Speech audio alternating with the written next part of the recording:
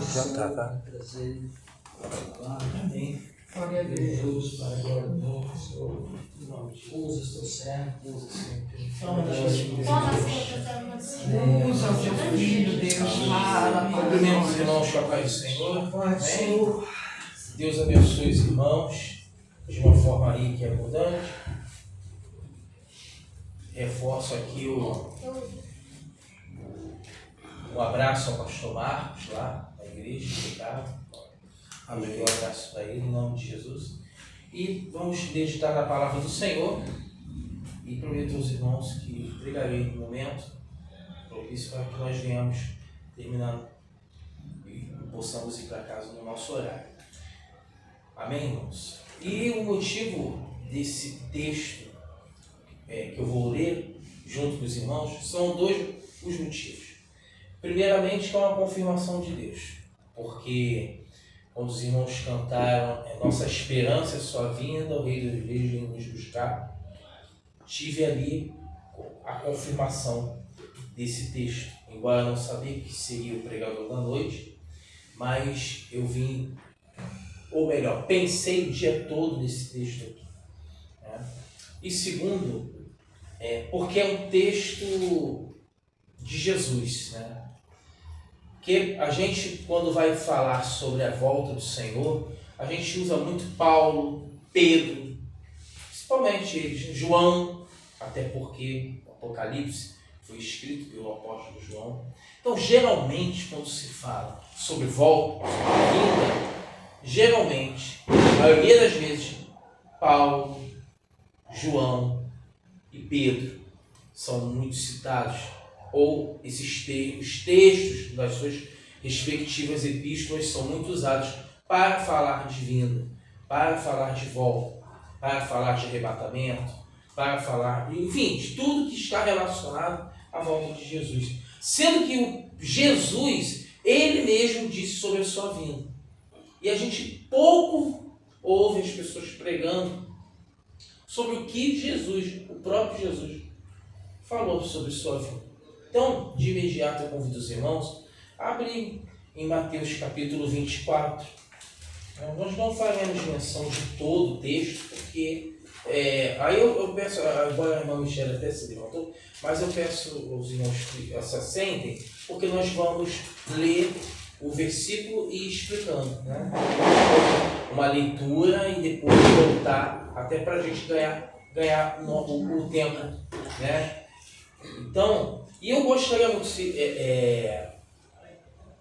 mas como não vamos poder ler até o capítulo, até o versículo 51, até porque também nem precisaria, porque se nós fôssemos ler até o versículo 51, nós teríamos que fazer menção também do capítulo 25, porque o capítulo 25 também é sobre a vinda. Quando nós pregamos sobre a parábola das 10 virgens, quando falamos da parábola dos talentos, também está relacionado à volta do Senhor, né? Então, nós não temos todo esse tempo para abranger tudo isso, então nós vamos ler só alguns versos e, enfim, e você lendo esses versos já te dá uma visão geral sobre o termo volta de Jesus, né? A epígrafe diz os sinais da destruição de Jerusalém e o fim dos tempos. Versículo 1 diz assim, preste bem atenção, leia, acompanhe no texto. E quando Jesus ia saindo do templo, aproximaram dele os seus discípulos para mostrarem a estrutura do templo. Versículo 1, né? Nós vemos aqui agora. Mais uma vez, eles caem no mesmo erro, né? O povo de Deus, né?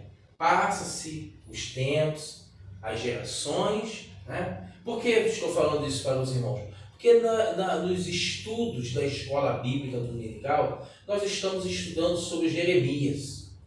E uma coisa que está se batendo na tecla em todos os domingos, em todas as aulas dominicais, que a revista frisa com muita força, é justamente essa vanglória que eles tinham por causa do tempo. Achando que pelo fato de ter um tempo físico ali, era o suficiente. Então, os tempos se passam e eles caem na mesma coisa, né? Então, eles estão mostrando. Bom, nesse momento aqui, eles já sabem que Jesus Cristo é o Filho de Deus. Até porque já tinha tido aquela declaração de Pedro aqui.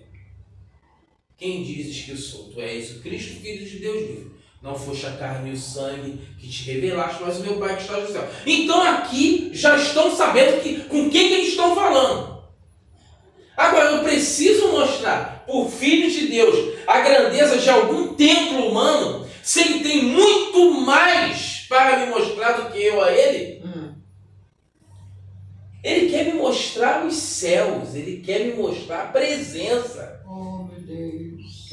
Ele quer reconciliar o homem com Deus através do seu sacrifício vicário na cruz do Calvário e a sua ressurreição. Então ele tem muito mais para me revelar e para me mostrar do que eu chegar. Jesus, olha o meu templo. Olha o nosso templo, como é lindo. Como se isso fosse chamar a atenção do Senhor. Então eles param e mostram a estrutura do templo. Versículo 2 diz assim: Jesus, porém, lhe disse: não vedes tudo isto? Em verdade eu vos digo que não ficará aqui pedra sobre pedra que não seja derribada. Jesus aqui no versículo 2, ele não está falando necessariamente contra o templo. E ele não está dando uma resposta, você está me mostrando esse templo aí, então eu estou dizendo. Ele não está desprezando o templo. Ele simplesmente está aqui dando uma profecia. Por quê? Porque no ano 70 depois de Cristo, no ano 70 da sua morte, Roma invade a nação de Israel e destrói tudo, inclusive o templo. E até hoje está destruído. Tem lá uma parte do muro do templo, ao qual eles chamam de Muro das Lamentações. Então o apóstolo simplesmente está dizendo, e alguns desses apóstolos estarão vivos para ver isso.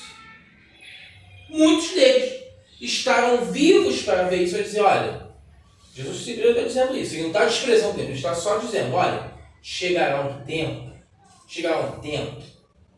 que a aflição será grande, que a perseguição será grande, que a destruição será tremenda, que até esse tempo que vocês estão me mostrando aqui, não vai sobrar nada. É Deus mostrando para esse povo aqui que o templo, a nível de beleza e formosura humana, para nada serve. Se eu não adorar aquele que é o Senhor do templo, olhar a beleza simplesmente por isso, não dá.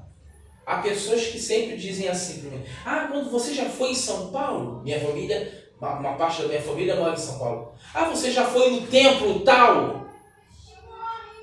Você já foi no templo X, no templo Y? Olha a maravilha, a grandeza, a beleza. Eu falo, não fui e não tenho nem interesse de ir, inclusive. Não tenho vontade nenhuma. Ir para ver beleza? Não. Se o que me motiva a ir para a casa do Senhor não é adorar em espírito e verdade, olhar a beleza de templo não é isso. E aqui eu não estou desmerecendo a beleza de templos. Veja bem, é muito bom você chegar num templo e ver que pessoas, tiveram tanto zelo, tanto carinho, quiseram fazer algo para Deus com excelência e construíram templos. Amém, eu acho até importante. Como é o caso da Assembleia de Deus no Recife, que a gente vê lá, assiste os cultos de doutrina todas as segundas-feiras. Lindíssimo aquele templo, que eu vejo pela tela de uma televisão. Eu nunca tive o prazer de ir pessoalmente naquela igreja, mas deduzo, pelo que eu vejo na tela, que deve ser a coisa mais linda. aquele templo sede que tem como pastor, presidente, pastor Ailton. Acho que é pastor Ailton o nome dele. Já fui centenas e milhares de vezes no tempo do Ministério de Madureira. Lindíssimo! Mas o que me leva a ir naquele ou naquele outro templo não é ficar babando pela beleza. Ai meu Deus, que lindo! Olha que sistema de ar-condicionado que você trabalha. Não é isso. É o Senhor que está sendo adorado e glorificado naquele tempo. Aleluia. Agora, em segundo ponto, depois que terminou o culto, né, e a gente chegar, poxa, que comodidade, né, que beleza, que coisa, o que fizeram para o Senhor, né, que maravilha, olha que coisa, que zelo, né, o que esses irmãos, né, fizeram para, né, enfim, você como membro fica até feliz, né, de ver que aquilo que você tem dizimado, tem ofertado, tem servido para as missões, tem servido para a obra de Deus e tem servido inclusive para a melhoria do templo. Então, mas você não vai lá para ver a beleza daquele templo. Você vai orar e glorificar o Senhor daquele templo. Aí sim. Então o Senhor está dizendo aqui, em outras palavras, não fiquem surpresos. Não fiquem olhando esse templo e achando que isso aqui é a 7ª maravilha do mundo, porque vai chegar um tempo que não vai ficar nada. Por quê? Porque só está ali figurando. Inclusive estavam fazendo até aquilo ali comércio. Olhava a beleza só exterior do templo. Nem o interior do templo era da forma que Deus queria que fosse, porque inclusive o Senhor expulsou cambistas de dentro do templo. Ou seja, dentro do templo, o templo não estava nem sendo usado como deveria de ser. Que eles já tinham recebido instruções do que teria que acontecer com aquele templo. Mas, no entanto, não os discípulos. O Senhor está simplesmente, se alertem, despertem, porque o que vai vir por aí vocês não vão ter tempo de ficar olhando essa beleza toda, não. Até porque essa beleza vai deixar até de existir. Muitos se vangloriam, né? Eu não vou naquela igreja não, que é pequena. Eu vou naquela ali, que é uma grande catedral. Mas um dia chegará um tempo, que o pastor até falou aqui, que ficará difícil a pregação do Evangelho. Chegará um tempo que nem nestas portas e nem nas portas das catedrais poderão entrar. Porque está proibida a pregação do Evangelho. E aí? A não ser que aquela igreja se entregue ao espírito deste mundo e passe a pregar um falso Evangelho. Aí ela vai ficar aberta, não, escancarada, porque vai entrar qualquer um. Mas se continuar bíblica, cristocêntrica, vai continuar apertado, e conforme vai passando o tempo, as coisas vão se afrouxando mais, porém o Evangelho continua estreito. Aleluia, Deus. Glória a Deus. E o cerco se fecha mais. Por que o cerco se fecha mais? Não é simplesmente somente porque o tempo está chegando, não. É porque o mundo está se abrindo mais e mais para o pecado e o Evangelho continua estreito. O Evangelho continua afunilando, né? Enquanto o mundo alarga as tendas, fica proibido proibir, o Evangelho continua sendo Evangelho. Por isso que fica estreito. Versículo 3, para a gente já terminando. Estando assentado no Monte das Oliveiras, chegaram-se a ele os seus discípulos, em particular, dizendo: dize-nos então, Senhor, quando serão essas coisas? E que sinal haverá do tempo do fim? É óbvio que o Senhor, ele começa daquela forma, desperta, de certa forma, uma curiosidade em seus discípulos. Aí Jesus Cristo responde, para partirmos para o final. E Jesus respondendo disse-lhes: acautelai-vos, e que ninguém vos engane.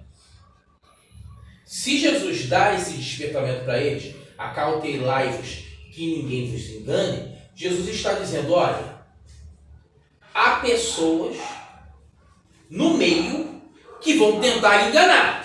Então, fiquem atentos. Fiquem de prontidão. Fiquem ligados. Por quê? Porque Jesus já tinha feito vários sermões, várias pregações. Enfim, o Sermão do Monte está aí para relatar isso tudo. Então, ensinamento, os discípulos já têm. Ensinamento, a multidão que acompanhou Jesus já tem. E continuará tendo. Cabe a eles agora fazer o quê? Botar em prática aquilo que Jesus está ensinando e continuará ensinando através da igreja e acautelar do quê? Daquilo que estiver fora de tudo aquilo que Jesus Cristo está ensinando para esse povo durante 3 anos e meio. Acautelai-vos, ninguém vos engana. Ou seja, há risco de ser enganado. Por quê? Muitos virão em meu nome, acautelai-vos de quê? Porque sempre fala, acautelai-vos que ninguém vos engane. Se eu chego aqui no culto agora para terminar, eu digo assim, irmãos, acautelai-vos e ninguém vos engane e agradeço a oportunidade em nome de Jesus. Como é que fica? Fica um negócio no ar, acautelai-vos de quê? Se eu falo para os irmãos, vamos vigiar, amém? E agradeço a oportunidade em nome de Jesus. Fica um negócio no ar. Vigiar? Mas com o quê? Então Jesus fala, acautelai-vos e ninguém vos engane. E agora ele vai explicar, acautelar de quê? Porque muitos virão em meu nome dizendo, eu sou o Cristo, e enganarão a muitos. Esse é o primeiro ponto. O primeiro ponto do acautelar é isso. Porque muitos virão em meu nome dizendo, eu sou o Cristo, e enganarão a muitos. Esse dizendo, eu sou o Cristo, não é simplesmente uma pessoa dizendo, eu sou o Cristo. Tem muitos que dizem, que falam isso, né? Surgiram várias pessoas se dizendo, eu sou Cristo, em Cristo, não sei o que lá, Cristo, e vivendo no mundo, várias pessoas, e eu sou o Cristo. É isso também, mas não é só isso. São pessoas que se disfarçam do Evangelho, mas quando você analisa o que eles estão pregando, não tem nada a ver com o Evangelho. São as falsas pregações. São os falsos pastores. São até as falsas Bíblias. Porque existem Bíblias, né? Existem Bíblias que dá até um teor diferente do que nós temos aprendido desde então. Permitindo determinadas coisas, permitindo união de muitas coisas que não é do agrado de Deus, que nós não precisamos nem falar claramente aqui. Isso tudo são coisas travestidas de quê? De Evangelho, de Cristo. Tem caras de igreja, tem pintas de igreja, canta os mesmos louvores que nós, mas quando você vai parar para ouvir o que eles estão falando, não tem nada a ver com o Evangelho.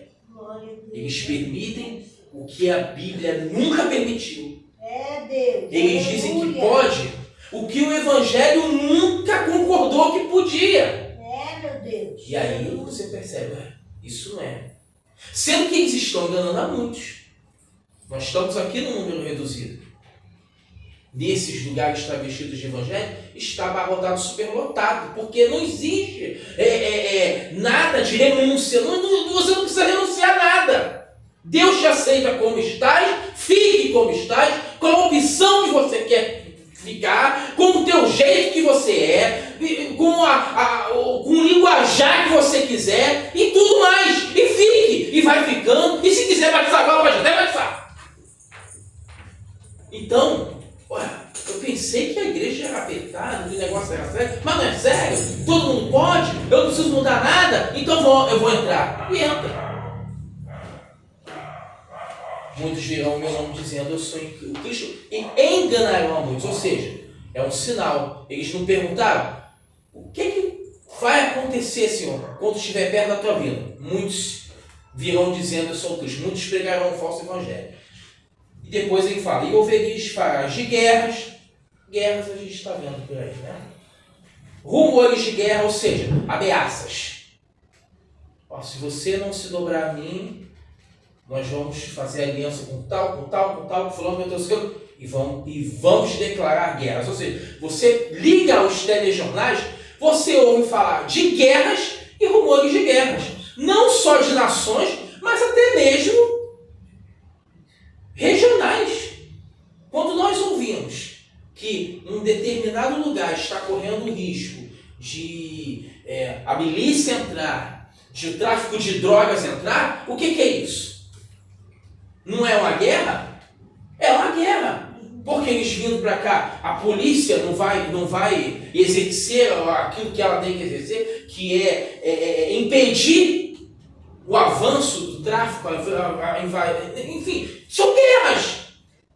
Porque senão as pessoas não morriam de balas, que antigamente a gente falava bala perdida. Isso não é guerra? É claro que isso é guerra. Chegou épocas que a situação do tráfico de drogas aqui no Brasil se matava mais do que em uma guerra. Se mata por ano aqui na nossa nação, mais do que na guerra do Iraque. Meu Deus. Por causa de tráfico. E isso não é uma guerra? É evidente que é uma guerra, mas é uma guerra que nós vivemos regionalmente. E o Senhor está falando guerras e rumores de guerras. E olhai, e não vos assusteis, porque é misto que isto aconteça, mas não é o fim. Ou seja, o que está querendo dizer com isso aqui? O mundo pode ficar assustado. Meu Deus, você viu hoje no Pedro II, né? No hospital Pedro II, se disfarçaram e entraram no hospital e se passaram por policiais e isso e aquilo. Meu Deus, o fim do mundo, o que está acontecendo? A igreja já não tem que ficar assim. Isso você lê uma reportagem dessa, você viu uma reportagem dessa? De pé. Senhor, meu Deus e meu Pai. Aleluia, glória a Deus. Isso não surpreende a igreja. Isso leva a igreja a orar. A gente fica... Estou em susto. Não é isso. Muito pelo contrário. Aleluia, eu já esperava glória a por Deus. isso. Pai. E eu como igreja, o que eu tenho que fazer? O mundo se assusta. Uns passam para o lado de lá, outros passam para o lado de cá, outros se entregam, outros ficam com medo, outros não saem de casa, não botam nenhum nariz na janela. E a igreja, o que faz? A igreja já tem as armas espirituais para agir em meio a essas situações. Ou seja, a igreja fica atenta, porque sabe que isso daí não é surpresa. O tempo está se passando, essas coisas vão acontecendo, a igreja vai trabalhando e o reino, seja feita a sua vontade, assim na terra como no céu. No meio dessa guerra, dessa batalha, desse conflito, a igreja avança, alguns são convertidos através da pregação do evangelho, outros rejeitam e a igreja vai fazendo o seu trabalho. Aqueles que estão no meio dessa confusão toda e reconhecem que Jesus é o seu Salvador e saem do meio do conflito e vêm para o reino, louvado seja o nome do Senhor. Aquele que nega, naquele grande dia será negado pelos pais. Glória a Deus. Enfim, portanto, se levantará a nação contra a nação, reino contra reino, haverá fome, peste, terremotos em vários lugares, mas todas essas coisas são o princípio das dores. Então vos hão de entregar para seres atormentados, matar-vos-ão, sereis odiados de todas as gentes por causa do meu nome. Aqui ele está falando da vida da igreja, desde quando o Espírito Santo desceu e os batizou com o Espírito Santo, até aquele grande dia. Muitos sofrerão, não só na questão de morte, somente não. Tem gente que diz assim, o evangelho aqui no Brasil não é perseguido. Não é perseguido como em outros lugares. Mas nós somos perseguidos. Porque se nós não fôssemos perseguidos, as pessoas não vão para nós pela aparência. Se nós não fôssemos perseguidos, quando nós pregamos a favor da família, o mundo não se levantará contra nós. Vai defender a família. Vai defender o casamento. Não é assim, eu tenho que respeitar. E são vários os gêneros e tal. Por que se levantam contra nós? E nós não defendemos nada que seja fora da ética. Nós valorizamos a família, nós valorizamos o direito, os deveres, a ordem, a decência, uma vestimenta santa. digna, né?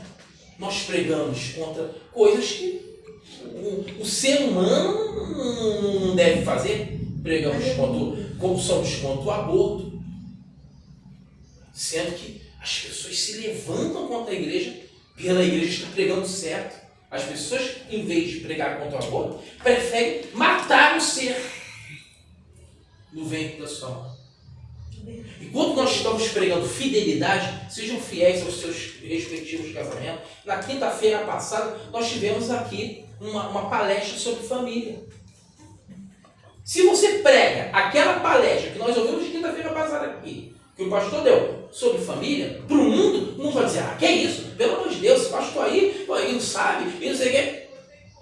Agora, quando eles falam assim, paga com a mesma moeda, se levanta mesmo, e ele traiu, trai também, e não sei. Aí o mundo, agora, essa pregação aí é verdadeira. Esse discurso aí é bom, eu gosto desse discurso. Ou seja, isso não é uma perseguição? O nosso pastor é perseguido porque faz uma palestra pregando a fidelidade do casal no culto da família. No culto da família. Agora, quem prega a imoralidade ganha até um prêmio. Ganha um Oscar. É verdade. Não é isso? Os atores e as atrizes ganham Oscars porque muitas das vezes fazem até papel de novela, traição, relacionamentos extraconjugal. O fulano é casado com Beltrano, mas traiu o fulano com a Beltrana. Não é isso? Não é isso que acontece. É verdade. Nas histórias que eles contam nas novelas. E aí recebem um Oscar. E nós recebemos o desprezo, porque pregamos a favor da família. Então, isso não é uma perseguição? É perseguição. A Bíblia não está dizendo aqui o tipo de perseguição que seria. A Bíblia generaliza perseguição. Alguns vão perder a vida pela espada, outros vão perder a vida com as cabeças roladas, outros vão ser perseguidos. Por quê? Porque vagas de emprego. Você é o quê? Eu sou crente. Tá bom. Vem aqui, fica esperando.